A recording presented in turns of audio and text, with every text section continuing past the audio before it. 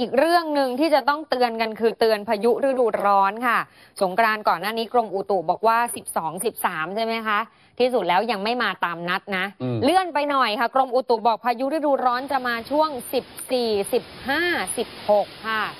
จุดไหนมีฝนฟ้าคะนองบ้างคุณผู้ชมแจ้งข่าวบอกกล่าวกันเข้ามาหน่อยนะคะคือถ้าไม่มีฝนเนี่ยมันก็ร้อนจัดค่ะพายุฤดูร้อนเตือนยิ่งร้อนมากเนี่ยพายุมันจะรุนแรงมากนะคะในช่วงเทศกาลสงกรานต์ต้องระมัดระวังดูแลสุขภาพกันด้วยแล้วก็เตรียมรับมือกับสภาพอากาศ